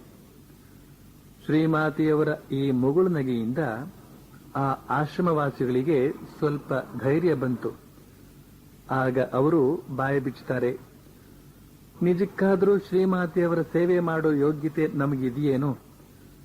ಅವರನ್ನ ಕರೆತರೋದಕ್ಕೆ ಈ ಪಲ್ಲಕ್ಕಿಯನ್ನು ತರಬೇಕು ಅಂತ ಅವರ ಒಪ್ಪಿಗೆಯಿಂದ ಮೊದಲೇ ನಿಶ್ಚಯವಾಗಿತ್ತು. ಆದ್ರಿಂದ ನಾವು ಬಂದಿದ್ದೇವೆ ಅಂತ ಹೇಳ್ತಾರೆ. ಈಗ ಶ್ರೀಮಾತೆಯವರು ನಗ್ತಾ ನಗ್ತಾ ಹೇಳ್ತಾರೆ, ನೀವೇ ನಿಮ್ಮ ಮಾತು ಉಳಿಸಿಕೊಂಡ್ರಂತೆ, ನಾನು ಉಳಿಸಿಕೊಳ್ಳಾರ್ನೇನು? ನನ್ನನ್ನು ಕರೆದುಕೊಂಡು ಹೊರಡಿ ಮತ್ತೆ. ರಾಧಿ ಆಮೇಲೆ ಎಂದಾದ್ರೂ ಬಂದ್ರಾಯ್ತು ಅಂತ. ಇಲ್ಲಿ ಶ್ರೀಮಾತೆಯವರು ಒಪ್ಪಿಕೊಂಡ ಬಗೆಯನ್ನ ನಾವು ಗಮನಿಸಬೇಕು. ತುಂಬಾ ಸ್ವಾರಸ್ಯವಾಗಿದೆ. ಹೇಳ್ತಾರೆ, ನೀವೇ ನಿಮ್ಮ ಮಾತು ಉಳಿಸಿಕೊಂಡ್ರಂತೆ, ನಾನು ಉಳಿಸಿಕೊಳ್ಳಾರ್ನೇನು? ಕರೆದುಕೊಂಡು ಹೊರಡಿ ಮತ್ತೆ ಅಂತ. ಕೊಟ್ಟ ಮಾತನ್ನ ಉಳಿಸಿಕೊಳ್ಳೋದು ಒಂದು ದೊಡ್ಡ ಗುಣ. ಮಾತೆ ವಾಣಿ, ವಾಣಿಯೇ ಸರಸ್ವತಿ ಅಂತಂದ್ರೆ ಮಾತಿನಲ್ಲಿ ಸರಸ್ವತಿ ನೆಲೆಸಿದಾಳೆ. ಆದ್ರಿಂದ ಕೊಟ್ಟ ಮಾತನ್ನ ನೆರವೇರಿಸಿದ್ರೆ ಸರಸ್ವತಿಯನ್ನೇ ಆರಾಧಿಸಿದ ಹಾಗೆ. ಕೊಟ್ಟ ಮಾತನ್ನ ಕೈಬಿಟ್ರೆ ಸರಸ್ವತಿಯನ್ನೇ ಕೈಬಿಟ್ಟ ಹಾಗೆ. ಸರಸ್ವತಿಯನ್ನೇ ಕೈಬಿಟ್ಟವನು ಒಂದೋ ಮೂಗ ಆಗ್ತಾನೆ, ಇಲ್ಲವೇ ಒಂದಿಷ್ಟು ಅರ್ಥವಿಲ್ಲದ ಮಾತಾಡಿಕೊಂಡು ತಿರುಗ್ತಾನೆ, ಅಂದ್ರೆ ಶಬ್ದ ಮಾಡ್ತಾ ತಿರುಗುತ್ತಾನೆ. ಆದ್ರಿಂದ ಕೊಟ್ಟ ಮಾತನ್ನ ಉಳಿಸುವ ಆದರ್ಶಕ್ಕೆ ಪ್ರೋತ್ಸಾಹ ನೀಡ್ತಾ ಶ್ರೀಮಾತೆಯವರು ಹೇಳ್ತಾರೆ, ನೀವೇ ನಿಮ್ಮ ಮಾತು ಉಳಿಸಿಕೊಂಡ್ರಂತೆ, ನಾನು ಉಳಿಸಿಕೊಳ್ಳಾರ್ನೇನು?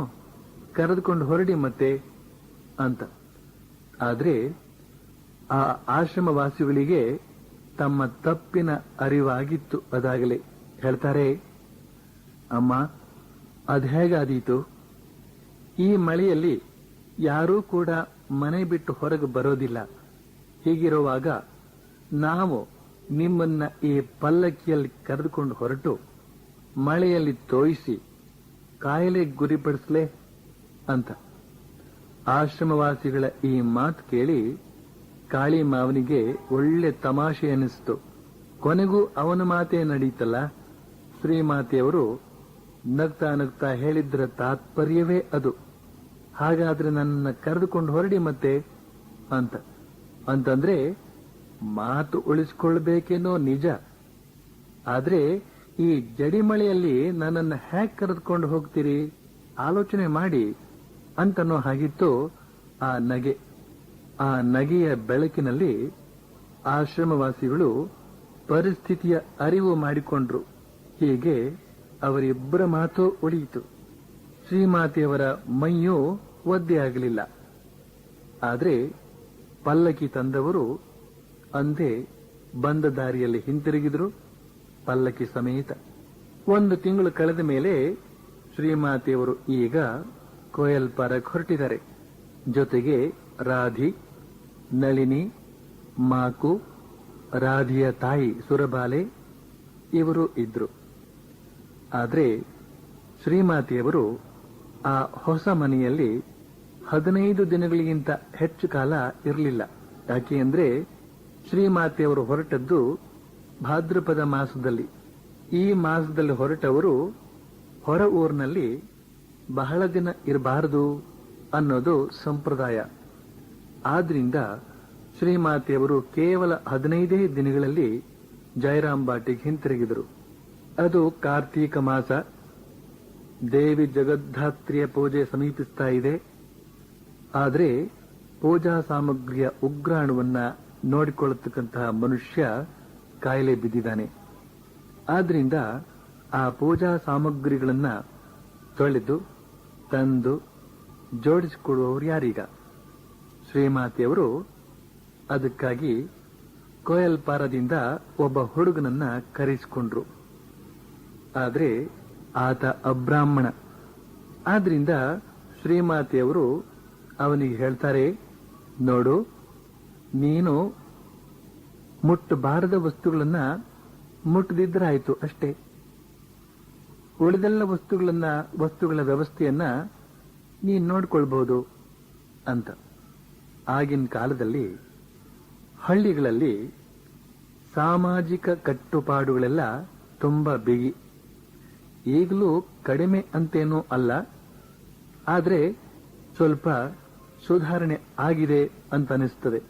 ಒಮ್ಮೆ ಶ್ಯಾಮಸುಂದರಿ ದೇವಿ ಕಲ್ಕತ್ತದಲ್ಲಿದ್ದಾಗ ಭಗಿನಿ ನಿವೇದಿತಾ ತಮಾಷೆಯಾಗಿ ಅವಳನ್ನ ಕೇಳ್ತಾಳೆ, ಅಜ್ಜಿ ಅಜ್ಜಿ, ನಾನು ನಿಮ್ಮ ಹಳ್ಳಿಗೆ ಬರ್ಲಾ? ನಿಮ್ಮ ಅಡಿಗೆ ಮನೆಗೆ ನುಗ್ಗಲಾ? ಅಲ್ಲಿ ಅಡಿಗೆ ಮಾಡ್ಲಾ ಅಂತ. ಆಗ ಅಜ್ಜಿ ಶ್ಯಾಮಸುಂದರಿ ಹೇಳ್ತಾಳೆ, ಬೇಡ ಬೇಡ ಬೇಡ, ನೀನ್ ಹಾಗೆಲ್ಲ ಮಾಡಿದ್ರೆ ನಮ್ಮನ್ನ ಜಾತಿಯಿಂದ ಹೊರಗೆ ಹಾಕಿಬಿಡ್ತಾರೆ ಅಂತ. ಅಂದು ಜಗದ್ಧಾತ್ರಿ ಪೂಜೆ ಮುಗಿದ ಮೇಲೆ ಕಾಳಿಮಾವ ಅಲ್ಲಿ ನೆರೆದಿದ್ದ ಬ್ರಾಹ್ಮಣರಿಗೆಲ್ಲ ಪ್ರಸಾದ ವಿತರಣೆ ಮಾಡ್ತಿದ್ದ. ಆಗ ಇದ್ದಕ್ಕಿದ್ದ ಹಾಗೆ ಒಬ್ರು ಸಾಧುಗಳು ಕಾಳಿಮಾವನ ಹಣೆಗೆ ರಕ್ಷೆ ಹಚ್ಚಿದ್ರು. ಆ ಸಾಧುಗಳು ಅಬ್ರಾಹ್ಮಣ ಸಾಧುಗಳು ಅಂತ ಅದು ಹೇಗೋ ಆ ಹಳ್ಳಿಯ ಬ್ರಾಹ್ಮಣರು ಪತ್ತೆ ಹಚ್ಚಿಟ್ಕೊಂಡಿದ್ದಾರೆ. ಈಗ ಆ ಸಾಧುಗಳು ಬ್ರಾಹ್ಮಣನಾದಂತಹ ಕಾಳಿಮಾವನಿಗೆ ರಕ್ಷೆ ಇಟ್ಟದ್ದನ್ನ ಕಂಡು ಕೆಲವು ಮಡಿ ಬ್ರಾಹ್ಮಣ ಜಮೀನ್ದಾರರು ಜಾಗ ಬಿಟ್ಟು ಹೊರಟು ಹೋದ್ರು. ತಮಗೂ ಎಲ್ಲಿ ಆ ಸಾಧುಗಳು ರಕ್ಷೆ ಇಟ್ಟು ತಮ್ಮನ್ನ ಜಾತಿಭ್ರಷ್ಟ ಮಾಡಿಬಿಡ್ತಾರೋ ಅಂತ ಹೆದರಿ ಶ್ರೀಮಾತೆಯವರು ಅವರನ್ನೆಲ್ಲ ಬಗೆ ಬಗೆಯಾಗಿ ವಿನಂತಿಸಿಕೊಂಡ್ರು, ಪ್ರಸಾದ ತೆಗೆದುಕೊಳ್ಳದೆ ಹೋಗಬಾರದು ಅಂತ. ಆದ್ರೆ ಆ ಬ್ರಾಹ್ಮಣರು ಕೇಳಲಿಲ್ಲ. ಅಷ್ಟೇ ಅಲ್ಲ, ಗ್ರಾಮದ ನ್ಯಾಯಸ್ಥರೆಲ್ಲ ಸೇರಿ ಕಾಳಿಮಾವನಿಂದ 25 ರೂಪಾಯಿ ದಂಡ ಬೇರೆ ವಸೂಲು ಮಾಡಿದ್ರು. ಸರಿ, ಉತ್ಸವ ಮುಗಿಯಿತು. ಕೆಲವು ದಿನಗಳು ಕಳೆದುವು. ಈಗ ಜಯರಾಂಬಾಟಿಗೆ ಲಲಿತ ಮೋಹನ ಚಟರ್ಜಿ ಎಂಬೊಬ್ಬ ಭಕ್ತ ಬಂದಿದ್ದಾನೆ. ಈತನು ಬ್ರಾಹ್ಮಣ. ಈತ ನಿಮಗೆಲ್ಲ ಅದಾಗಲೇ ತಿಳಿದಿರೋ ಹಾಗೆ ಶ್ರೀಮಾತೆಯವರ ಭಕ್ತ. ಈತ ಜಯರಾಂಬಾಟಿಗೆ ಬರೋವಾಗ ಒಂದು ಗ್ರಾಮಫೋನ್ ತಂದಿದ್ದ. ಹಳ್ಳಿಯ ಜನರಿಗೆಲ್ಲ ಒಂದು ವಿಸ್ಮಯ ಕೊಡೋಣ ಅಂತ, ಅವ್ರನ್ನೆಲ್ಲ ಸಂತೋಷ ಪಡಿಸೋಣ ಅಂತ.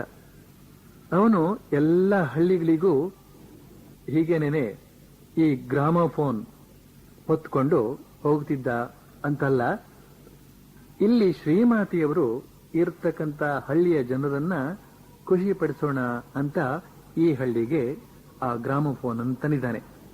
ಈ ಹೊಸ ಯಂತ್ರ ಹಾಡೋದನ್ನು ಕಂಡು ಹಳ್ಳಿಯವರೆಲ್ಲ ಬೆರಗಾಗಿ ಬಿಟ್ಟಿದ್ದಾರೆ.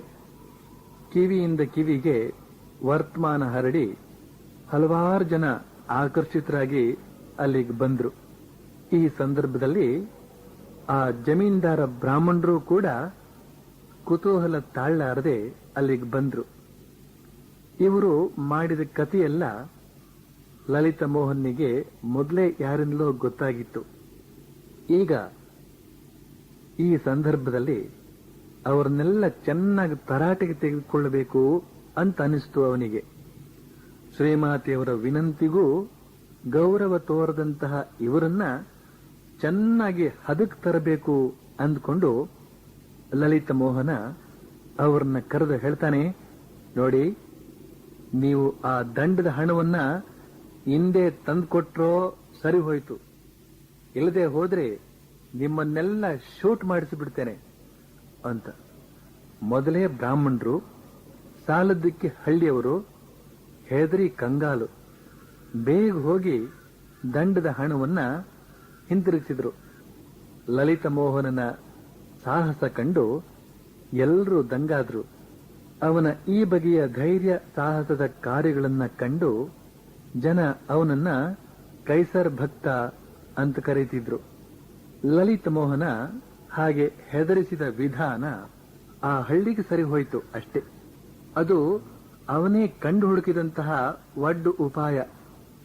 ಶ್ರೀಮಾತೆಯವರು ಅವನ ಈ ವಿಧಾನವನ್ನ ಮೆಚ್ಚಿಕೊಂಡ್ರು ಅಂತೇನಿಲ್ಲ. ಯಾಕೆಂದ್ರೆ ಅವರು ಸಕಲ ಸತ್ಸಂಪ್ರದಾಯಗಳನ್ನ ಪುರಸ್ಕರಿಸುವವರೇ. ಅನಾದಿ ಕಾಲದಿಂದ ಬೆಳೆದು ಬಂದಂತಹ ಸಾಮಾಜಿಕರ ಭಾವನೆಗಳನ್ನ ಅನಾದರ ಮಾಡುವವರಲ್ಲ ಅವರು.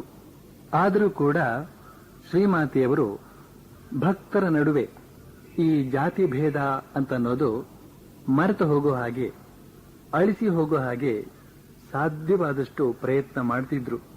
ಒಂದು ಘಟನೆ ಹೇಳೋದಾದ್ರೆ, ಇನ್ನೊಂದು ಜಗದ್ಧಾತ್ರಿಯ ಪೂಜೆಯ ಸಂದರ್ಭ. ಪೂಜೆಯ 3 ದಿನಗಳಲ್ಲಿ ಅವರು ತಮ್ಮ ನಾದಿನಿಯರ ಜೊತೆಗೆ ಗ್ರಾಮದ ದೇವಿ ಮಂದಿರಗಳಿಗೆ ಹೋಗಿ ಅಲ್ಲಿ ಪುಷ್ಪಾಂಜಲಿ ಮಾಡಿ ಬರ್ತಿದ್ರು. 3ನೇ ದಿನ ರಾತ್ರಿ ಸಾಧುಗಳೆಲ್ಲ ಸೇರಿ ದೇವಿ ಕೀರ್ತನೆಯನ್ನ ಹಾಡ್ತಾ ಕುಳಿತಿದ್ರು. ಆ ಕೀರ್ತನೆಗಳಲ್ಲಿ ಒಂದು ಹಾಡಂತೂ ಆ ದಿನ ಶ್ರೀಮಾತೆಯವರ ಮನಸ್ಸಿಗೆ ತುಂಬಾ ಆನಂದ ತಂದುಕೊಟ್ಟಿತು. ಆದ್ರಿಂದ ಅವರು ಆ ಹಾಡನ್ನ ಪುನಃ ಪುನಃ ಹಾಡಿದ್ರು. ಆ ಹಾಡಿನ ಅರ್ಥ ಏನು ಅಂತಂದ್ರೆ, ಜಗನ್ಮಾತೆಯನ್ನ ಹೇಗೆ ಕಾಣ್ಲಿ ಅಂತ ಯಾರೂ ನಿರಾಶೆ ತಾಳ್ಬೇಕಾಗಿಲ್ಲ. ಯಾಕೆಂದ್ರೆ ಅವಳು ಕೇವಲ ನನ್ನ ನಿನ್ನ ಮಾತೆಯಲ್ಲ, ಅವಳು ಜಗತ್ತಿನ ಸರ್ವರ ಮಾತೆ, ಜಗನ್ಮಾತೆ ಅಂತ ಆ ಹಾಡಿನ ಭಾವಾರ್ಥ. ಅತ್ಯಂತ ಉತ್ಸಾಹಭರಿತರಾಗಿ ಸಾಧುಗಳು ಈ ಹಾಡನ್ನ ಹಾಡ್ತಾ ಇದ್ರೆ ಶ್ರೀಮಾತೆಯವರು ಅದನ್ನ ಗಮನ ಕೊಟ್ಟು ಕೇಳಿದ್ರು. ಬಳಿಕ ಕೊಯಲ್ಪಾರ ಆಶ್ರಮವಾಸಿಯೊಬ್ಬನೊಡನೆ ಹೇಳ್ತಾರೆ, ಆಹಾ, ಈ ಕೀರ್ತನೆ ಎಂಥ ಭವ್ಯ ಭಾವನೆಯನ್ನ ಎಬ್ಬಿಸಿದೆ. ನಿಜ, ಭಕ್ತರಲ್ಲಿ ಜಾತಿ ಭೇದ ಇರೋದಕ್ಕೆ ಹೇಗೆ ಸಾಧ್ಯ? ಮಕ್ಕಳೆಲ್ಲ ಸಮಾನ. ನನಗನಿಸ್ತದೆ ಇವರೆಲ್ಲರನ್ನೂ ದೊಡ್ಡದಾದ ಒಂದೇ ತಟ್ಟೆಯ ಸುತ್ತ ಕುಳ್ಳಿರಿಸಿ ಒಣಬಡಿಸಬೇಕು. ಇವರು ಆ ಒಂದೇ ತಟ್ಟೆಯಿಂದ ಉಣ್ಣಬೇಕು ಅಂತ. ಆದ್ರೆ ಇದೊಂದು ದೊಡ್ಡ ಕಷ್ಟ ಇದೆಯಲ್ಲ, ಜಾತಿ. ಈ ಅಜ್ಞಾನದ ಜಗತ್ತಿಗೆ ಜಾತಿಯ ಜಂಬ ಬೇರೆ. ಹೇಗಾದ್ರೂ ಇರ್ಲಿ, ಹುರಿದ ಪದಾರ್ಥಕ್ಕೆ ನಿಷೇಧ ಇಲ್ಲ. ನೀನು ನಾಳೆ ಹೋಗಿ ಕಾಮಾರಪುಕುರದಿಂದ 4 ಸೇರು ಜಿಲೇಬಿ ತೆಗೆದುಕೊಂಡು ಬಾ ಅಂತ ಹೇಳ್ತಾರೆ ಶ್ರೀಮಾತೆಯವರು. ಮರುದಿನ ಬೆಳಿಗ್ಗೆ ಸುಮಾರು 9 ಗಂಟೆಗೆ ಜಿಲೇಬಿ ಬಂತು. ಶ್ರೀಮಾತೆಯವರು ಆ ಜಿಲೇಬಿಯನ್ನ ಶ್ರೀರಾಮಕೃಷ್ಣರಿಗೆ ನೈವೇದ್ಯ ಮಾಡಿದ್ರು. ಬಳಿಕ ಒಂದು ದೊಡ್ಡ ತಟ್ಟಿಯಲ್ಲಿ ಪುರಿಯನ್ನ ತುಂಬಿ ಆ ಪೊರಿ ರಾಶಿಯ ಸುತ್ತ ಜಿಲೇಬಿಯನ್ನ ಜೋಡಿಸಿದ್ರು. ಬಳಿಕ ಈ ತಟ್ಟೆಯನ್ನ ಅಲ್ಲಿದ್ದ ಭಕ್ತರ ಬಳಿಗೆ ಕಳುಹಿಸಿಕೊಟ್ರು. ಭಕ್ತರಲ್ಲಿ ಸಾಧುಗಳಿದ್ರು, ಬ್ರಹ್ಮಚಾರಿಗಳಿದ್ರು, ಬ್ರಾಹ್ಮಣರಿದ್ರು, ಅಬ್ರಾಹ್ಮಣರು ಇದ್ರು. ಎಲ್ಲರೂ ಆ ತಟ್ಟೆಯ ಸುತ್ತ ಕುಳಿತುಕೊಂಡು ಆನಂದದಿಂದ ಒಂದೊಂದೇ ಜಿಲೇಬಿಯನ್ನ ಎತ್ತಿಕೊಂಡು ಪುರಿಯ ಜೊತೆಗೆ ತಿನ್ನೋದಕ್ಕೆ ಶುರು ಮಾಡಿದ್ರು. ಶ್ರೀಮಾತೆಯವರು ಅಲ್ಲೇ ಪಕ್ಕದ ಒಂದು ಕೋಣೆಯ ಬಾಗಿಲಲ್ಲಿ ನಿಂತು ತನ್ನ ಮಕ್ಕಳು ಎಲ್ಲ ಬಗೆಯ ಜಾತಿ ಭೇದದ ಭಾವನೆಗಳನ್ನ ಎಸೆದು, ಮೇಲು ಕೀಳು ಭಾವನೆಗಳನ್ನ ಎಸೆದು ಒಂದೇ ತಟ್ಟೆಗೆ ಕೈ ಹಾಕಿ ತಿನ್ನತಕ್ಕಂತಹ ಆ ಮುಗ್ಧ ದೃಶ್ಯವನ್ನ ಕಣ್ತುಂಬ ನೋಡ್ತಾ ನಿಂತರು. ಆ ಭಕ್ತರೆಲ್ಲ ಸಾವಕಾಶವಾಗಿ ತಿನ್ಲಿ, ಆನಂದದಿಂದ ತಿನ್ಲಿ, ತಿನ್ನುವಾಗ ಅವಸರ ಮಾಡಬಾರದು. ಅಲ್ಲದೆ ಶ್ರೀಮಾತೆಯವರು ಅವರೆಲ್ಲ ಸಾವಕಾಶವಾಗಿ ತಿನ್ನೋದನ್ನ ನೋಡೋದಕ್ಕೆ ಇಷ್ಟಪಡ್ತಾರೆ. ಯಾಕೆಂದ್ರೆ ಆ ಮುಗ್ಧ ನಿಷ್ಕಳಂಕ ಆನಂದಮಯ ದೃಶ್ಯವನ್ನ ಆ ದಿವ್ಯ ಮಾತೃ ಹೃದಯ ನೋಡ್ತಾ ಇರೋದಕ್ಕೆ ಇಷ್ಟಪಡ್ತಾ ಇದೆ ಅಂತ ಇಲ್ಲಿಯವರೆಗೆ ಹೇಳಿ, ಮುಂದಿನದನ್ನ ಶ್ರೀಮಾತೆಯವರ ಕೃಪೆಯಿಂದ ಮುಂದಿನ ಶನಿವಾರ ಹೇಳ್ತೇನೆ. ಓಂ ಪ್ರಿಯತಾಂ ಪುಂಡರೀಕಾಕ್ಷಃ ಸರ್ವಯಜ್ಞೇಶ್ವರೋ ಹರಿಃ ತಸ್ಮಿನ್ ಸ್ತುಷ್ಟೇ ಜಗತ್ತುಷ್ಟಂ ಪ್ರೇಣಿತೆ ಪ್ರೇಣಿತಂ ಜಗತ್. ಹರಿ ಓಂ ತತ್ಸತ್.